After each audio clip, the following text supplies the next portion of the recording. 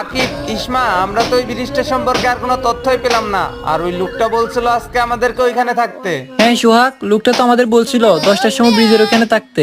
এখন ঘড়িতে 8টা বাজতেছে। আর ওইখানে গিয়ে লোকটার কাছ থেকে সম্পূর্ণ ঘটনা শুনলেই জানা যাবে এইসব কি কোনো মানুষের কাজ নাকি কোনো ভয়ানক আত্মাই এইসব কাজ করতেছে। আমার তো মনে হয় এসব কোনো মানুষেরই কাজ। আমরা আগে ওই লোকটার কাছ থেকে শুনি কি বলে লোকটা। তাহলে চল এখনই রওনা করে দেই। হ্যাঁ হ্যাঁ চল।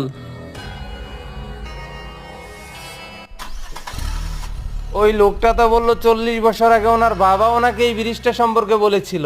কি এমন হয়েছিল এত বছর আগে ওই ব্রিজটাতে? ও শিট, ব্রিজের এখানে আস্তে আস্তে 10:30টার উপর বাজে গেছে। আমাদের আসতে লেট হয়ে গেছে। লোকটা কি এইখানে এসে আবার ঘুরেই চলে গেছে নাকি? ওই তো লোকটা ওইখানে দাঁড়িয়ে আছে। যাক কপাল ভালো, লোকটা আমাদের জন্য ওয়েট করতেছে। সোহাগ, ইসমা, গাড়ি থেকে নাম।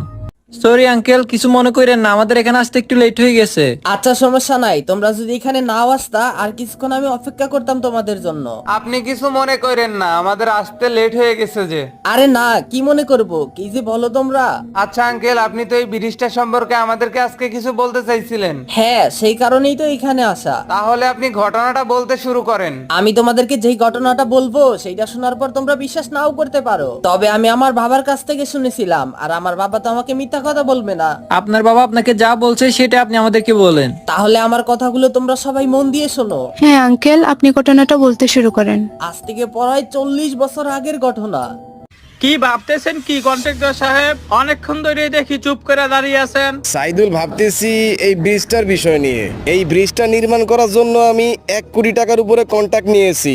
আর ভাবতেছি এজন্যই এই ব্রিজটা নির্মাণ করার জন্য এর আগে অনেকজনে কন্ট্যাক্ট নিয়েছিল।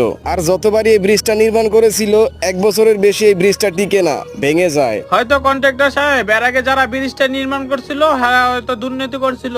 সাইদুল, তুমি কেমন দুর্নীতির কথা বলতেছো? হয়তো তারা টাকা খাওয়ার জন্য 2 নাম্বার জিনিস ব্যবহার করছে। আর ওইসব চিন্তা ভাবনা ছাড়েন, ব্রিজটা তো নির্মাণের প্রায় শেষের দিকে। খুবই চিন্তা আছে। ব্রিজটা 5 বছরের নামে কন্ট্যাক্ট নিয়েছি, এর মধ্যে যদি এই ব্রিজটা ভেঙে যায় তাহলে 1 টাকাও দিবে না। এই ভালো করে দেখে শুনে কাজ কইরো, আর লাটগুলা ভালো করে টাইট কইরো। একটা লাটও যেন লুজ না থাকে। এদেরকে না বললে এরা ঠিকঠাক মতো কাজও করবে না। কন্ট্রাক্টর সাহেব, এবার ব্রিজটা মনে হয় খুবই মজবুত হয়েছে। আমার তো মনে হয় 10 বছরও কিছু হবে না। কোনো লাভ নেই, এই ব্রিজটা যত শক্ত করে নির্মাণ করা হোক না কেন এই ব্রিজটা ভাঙবেই। কে বললো কে কথাটা? আমি বলছি সাহেব। তোমরা দুইজনই এখানে আসো। তুমি যে বললা ব্রিজটা আবারও ভেঙে যাবে, তুমি কিভাবে এত শির করে বলতে পারো ব্রিজটা ভাঙবে কি ভাঙবে না? সাহেব আপনি তো জানেন এই ব্রিজটা আগেও বহুবার নির্মাণ করা হয়েছে ভালোভাবে, কিন্তু